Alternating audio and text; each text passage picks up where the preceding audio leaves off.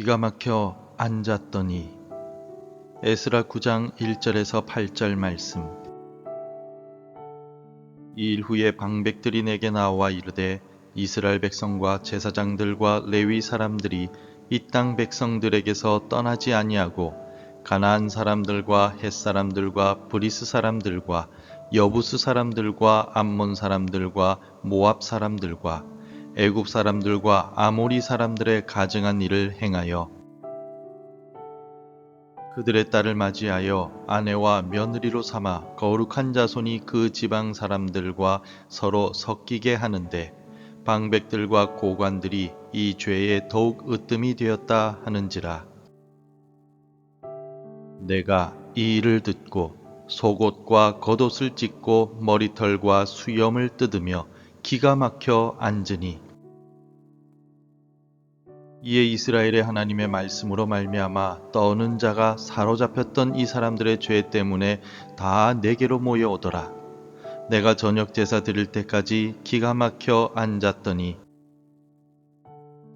저녁 제사를 드릴 때에 내가 근심 중에 일어나서 속옷과 겉옷을 찢은 채 무릎을 꿇고 나의 하나님 여호와를 향하여 손을 들고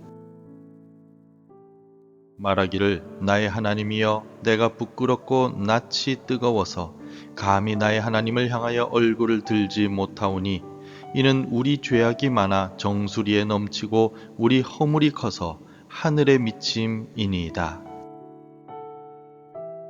우리 조상들의 때로부터 오늘까지 우리의 죄가 심하매 우리의 죄악으로 말미암아 우리와 우리 왕들과 우리 제사장들을 여러 나라 왕들의 손에 넘기사 칼에 죽으며 사로잡히며 노략을 당하며 얼굴을 부끄럽게 하심이 오늘날과 같으니이다.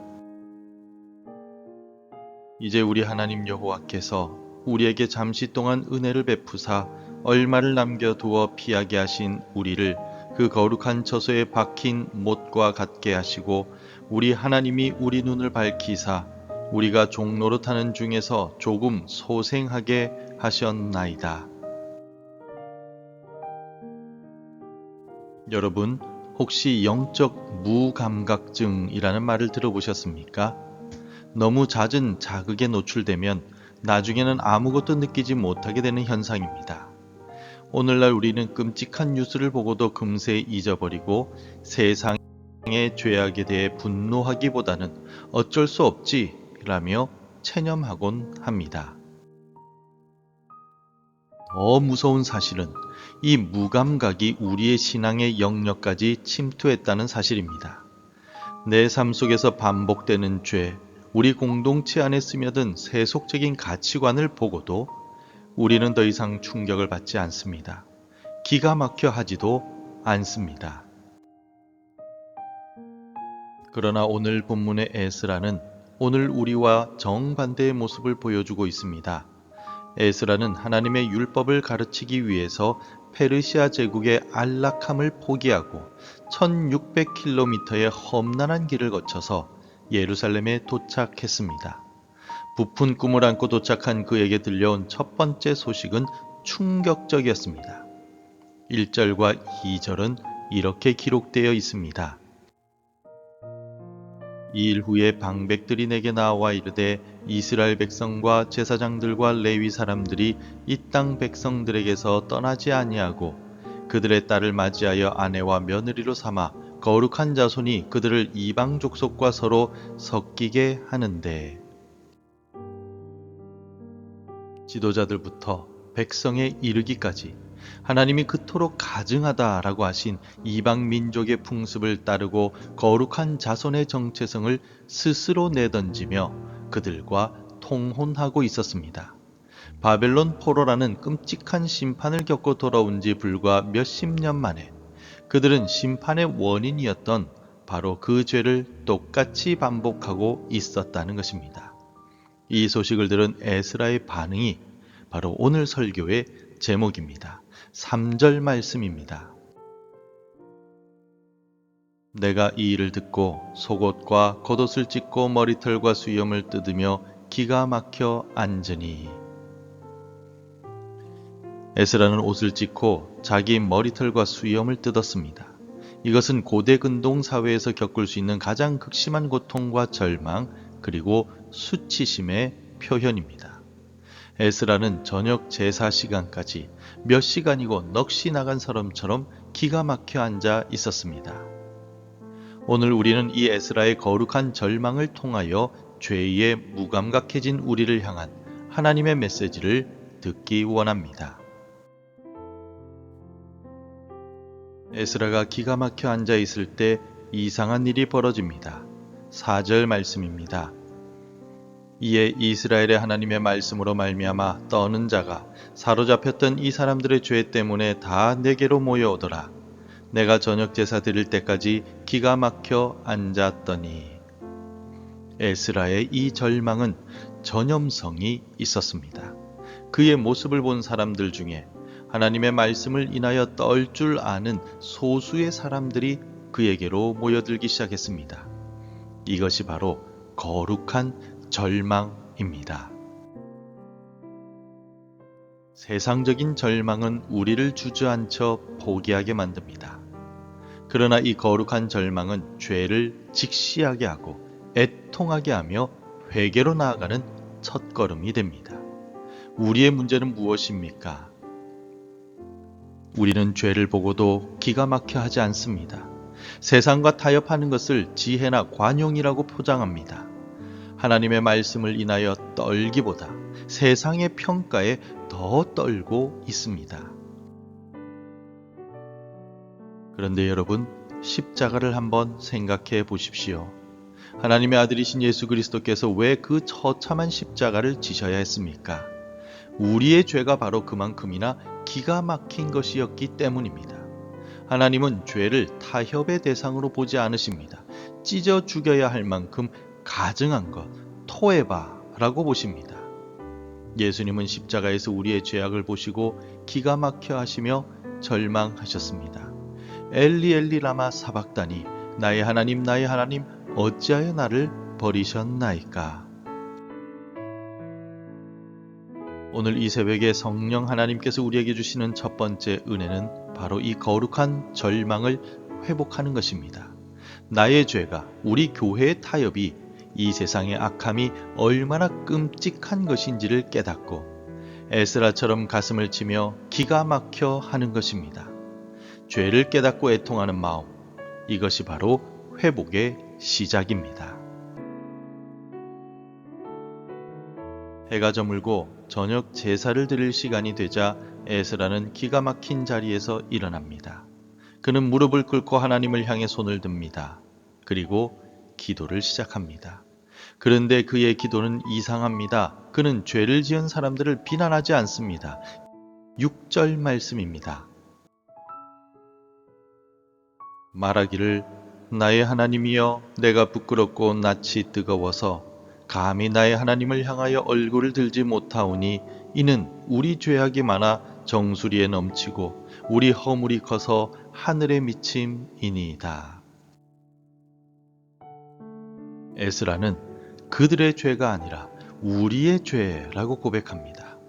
에스라는 페르시아에서 이제 막 돌아왔습니다. 그는 이 죄에 직접 가담하지 않았습니다. 하지만 에스라는 나는 저들과 달라라고 선을 긋지 않았습니다. 그는 하나님의 백성이라는 공동체 의식 안에서 그들의 죄를 자신의 죄로 끌어안고 회개하고 있습니다. 이것이 바로 공동체적인 책임입니다. 우리는 죄의 문제를 너무 개인적인 것으로만 축소하곤 합니다. 저 사람이 문제야. 우리 교회는 괜찮은데 저 교회가 문제야. 라고 다른 사람들, 다른 교회를 손가락질합니다. 그러나 우리 주 예수 그리스도께서는 어떻게 하셨습니까? 죄가 전혀 없으신 예수님이 우리의 죄를 대신해서 짊어지셨습니다. 예수님은 나는 너희와 다르다 라며 우리를 외면하지 않으시고 친히 우리와 같은 모습이 되셔서 우리의 허물을 짊어지셨습니다. 이것이 바로 십자가의 중보 은혜입니다. 진정한 회개는 너를 향한 비난을 멈추고 우리의 죄를 고백하는 데서부터 시작됩니다. 우리는 가정의 죄, 교회의 죄, 이 나라의 죄를 안고 에스라처럼 부끄러워하며 함께 기도해야 할 책임이 있습니다. 에스라의 기도는 7절까지 절망의 끝을 달리고 있습니다. 우리의 죄 때문에 우리가 왕들에게 넘겨지고 오늘날과 같이 부끄러움을 당하게 되었습니다. 모든 것이 끝난 것만 같았습니다. 하지만 바로 그때 에스라의 입에서 놀라운 반전이 일어납니다. 8절 말씀인데 우리 함께 읽겠습니다.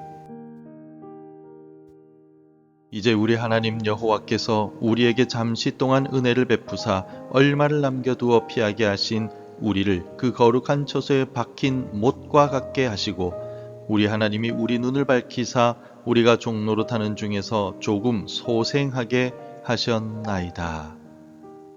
이 8절은 절망의 한복판에서 선포되는 복음의 말씀과 같습니다. 에스라는 깊은 절망 속에서 그럼에도 불구하고 하나님이 남겨두신 은혜를 발견합니다. 그 은혜는 화려하지 않습니다. 에스라는 이제 우리가 다시 강대국이 되었습니다라고 말하지 않습니다. 에스라는 여전히 자신들의 상태를 종살이와 같다라고 부릅니다. 그가 발견한 은혜는 고작 잠깐 동안 주어진 것이고 약간의 소생함일 뿐이며 겨우 도망쳐 나온 남은 자에게 허락된 발판 하나에 불과합니다. 하지만 에스라는 그것으로 충분하다는 것을 알고 있었습니다. 완전한 절망 속에서는 그 작은 은혜의 발판 하나가 모든 소망의 근거가 되기 때문입니다. 성도 여러분, 이 사실이 바로 복음의 핵심입니다. 우리는 우리의 행위나 자격으로 하나님 앞에 설 수 없는 죄인들입니다. 우리는 여전히 죄의 종살이 가운데 있습니다. 하지만 하나님께서 우리에게 은혜의 발판을 하나 박아 주셨습니다. 그 발판의 이름이 바로 예수 그리스도이십니다. 우리는 그분 때문에 남은 자가 되었습니다. 우리는 그분 안에서 약간의 소생함이 아니라 영원한 생명을 얻었습니다. 우리는 잠깐 동안의 은혜가 아니라 영원한 은혜의 언약 안에 거하게 되었습니다. 죄에 대해 기가 막혀 본 사람만이 이 작은 은혜의 발판이 얼마나 크고 놀라운 것인지를 깨닫게 됩니다. 자신의 죄에 대해 절망해 본 사람만이 예수 그리스도의 십자가가 유일한 소망임을 고백하게 됩니다. 말씀을 맺겠습니다. 오늘 여러분은 어떤 자리에 앉아 계십니까? 혹시 죄악이 만연한 세상을 보며 혹은 내 안에 끊어지지 않은 죄를 보며 에스라처럼 기가 막혀 앉아 계십니까? 그렇다면 잘 오셨습니다. 그 거룩한 절망을 포기하지 마십시오. 혹은 너무 무감각해져서 죄를 보고도 아무렇지도 않게 된 자리에 앉아 계십니까? 그렇다면 오늘 성령께서 우리의 무딘 마음을 찢고 하나님의 말씀을 인하여 떨며 기가 막혀 할 줄 아는 영적 민감성을 회복시켜 주시기를 간구해야 합니다. 어느 자리에 있든 우리의 소망은 단 하나입니다. 우리의 절망과 무감각을 뚫고 하나님께서 잠깐 동안이 아닌 영원한 은혜를 베푸셨습니다. 우리의 종살이를 끝내기 위해 약간의 소생함이 아닌 완전한 부활을 주시기 위해서 은혜의 발판이신 예수 그리스도를 우리에게 보내주셨습니다.